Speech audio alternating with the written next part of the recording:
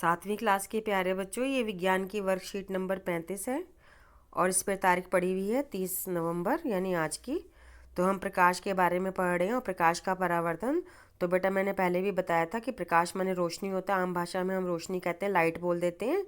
और प्रकाश का परावर्तन का मतलब है प्रकाश आपके ऊपर पड़ता है, किसी भी चीज़ पे पड़ता है, वो टकरा के वापस आता है, तो इसको हम प्रकाश का परावर्तन कहते हैं। यदि टकरा के आपकी आँख में आएगा तो वो चीज़ आपको दिखेगी, नहीं तो नहीं दिखेगी। अब हम विज्ञान पढ़े तो हम चीज़ नहीं बोलेंगे बेटा, वस्तु बोलेंगे।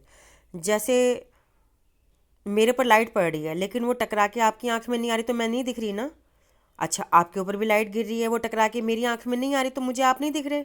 लेकिन आपके घर में कौन है जो आपको दिख रहा है? पापा है ना, दिख रहे हैं ना। क्यों?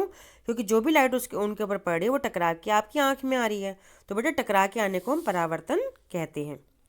तो एक छोटी सी कहानी पढ़ते कि अमन जो है 7वीं क्लास में पढ़ता था। उसने पढ़ा था कि प्रकाश जो है सीधी रेखा में चलता है, लेकिन उसके मन में सवाल आ रहा था कि यदि प्रकाश किसी चमकदार सतह पे पड़ेगा तो क्या होगा, जैसे सीढ़ी हो गया या पानी हो गया।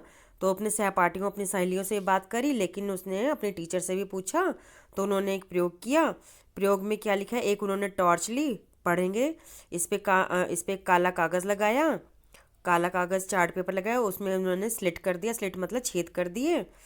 तो उन पे चार है ना लंबे ऊर्ध्वाधर और जब टॉर्च ऑन करी तो उसकी लाइट पड़ रही थी। यहाँ पे ये प्लेन में समतल दर्पण रखा। बेटा समतल दर्पण वही होता है जिससे आप अपनी शक्ल देखते हैं।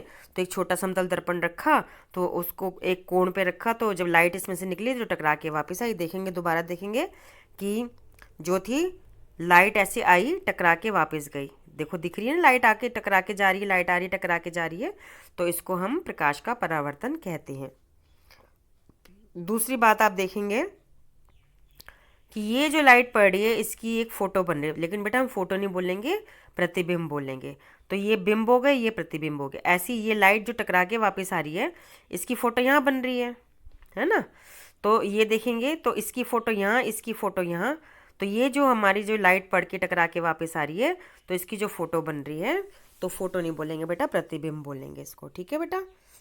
तो इसका ये सारा आप पढ़ना, जो मैंने बताया सब इसमें लिखा हुआ है। तो इस निष्कर्ष मतलब इससे हमने क्या समझा कि दर्पण अपने ऊपर पड़ने वाले प्रकाश की दिशा को बदल देता है। तो दर्पण द्वारा प्रकाश की दिशा का यह परिवर्तन प्रकाश का परावर्तन कहलाता है। तो यहाँ से गिरा, इसने दिशा बदल दी ना, देखिए रंग बदल के दिखाऊंगी। यहाँ से गिरा, टकरा के वापस आ गया, यहाँ से गिरा, टकरा के वापस आ गया। तो दिशा बदल रही है ना, इसलिए इसको हम प्रकाश का परावर्तन कहते हैं। ठीक है। तो दर्पण में प्रकाश परावर्तन की दिशा को भी देखें तो इसको हम छवि या प्रतिबिंब भी कहते हैं। तो अब हम ये पढ़ेंगे, पहला प्रश्न पढ़ेंगे कि प्रकाश के परावर्तन से आप क्या समझते हैं। तो बेटा यहाँ से लिख देंगे इसका उत्तर। और इस चमकदार पृष्ठ का कोई अन्य दो उदाहरण दीजिए। सीढ़ी के ऊपर भी या पानी के ऊपर भी प्रकाश पड़ेगा तो टकरा के वापस आएगा। तो सीढ़ी जो होती है उसके ऊपर भी आपको शक्ल दिखाई देती है, 7 रंग भी दिखाई देते हैं। और पानी के ऊपर भी आपको फोटो दिखाई देती है अपनी। फोटो नहीं बोलेंगे बेटा, प्रतिबिंब कर बोलेंगे।